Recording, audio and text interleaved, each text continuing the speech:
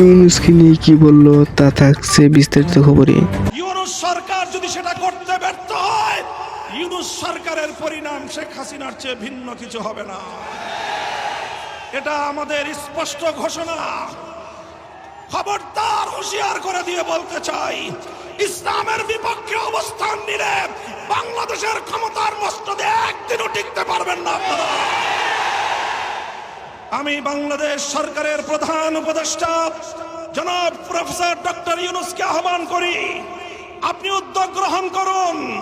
পাকিস্তান, নেপাল, ভুটান, শ্রীলঙ্কা, মালদ্বীপ সহ আপনারা ভারতের আধিপত্যবাদের বিরুদ্ধে রুখে দাঁড়ানোর টুটি চেপে ধরুন। যেভাবে আন্তর্জাতিক পর্যায়ে নরেন্দ্র মোদীকে আমাদের প্রফেসর ইউনূস সাহেবের সামনে একান্ত অসহায় মনে হয়েছে, আমরা সকল ছোট রাষ্ট্রগুলি যদি ঐক্যবদ্ধ হতে পারি, ভারত তার আধিপত্যবাদী কালো নীতি প্রত্যাহার করতে বাধ্য হবে ইনশাআল্লাহ। সংগ্রামী সাথী ও বন্ধুগণ, তাই আমি বলতে চাই, আজকের এই গণসমাবেশ থেকে আমরা দ্ব্যর্থহীন ভাষায় ভারত সরকারের প্রতি আহ্বান জানাবো, বিতর্কিত ওয়াকফ বিল অনতিবিলম্বে বাতিল করুন।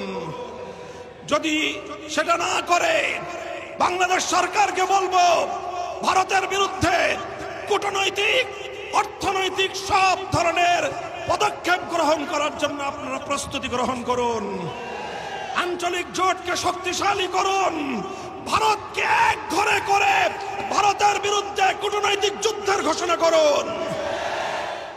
আমরা বলতে চাই, বাংলাদেশ সরকারকে বলবো যে দেখেন, ভারত তোষণের কোন নিয়ত যদি থেকে থাকে, এই অপনিয়ত বাদ দেন। বাংলাদেশের মানুষের পালস বুঝেন। বাংলাদেশ মানুষ আর কিছু সহ্য করলেও ভারতীয় আধিপত্যবাদ বাংলাদেশে তারা বরদাস্ত করে না। যদি আমার কথা বিশ্বাস না হয়, তাহলে বিগত 5ই আগস্টের শেখ হাসিনার পরিণাম থেকে শিক্ষা গ্রহণ করুন।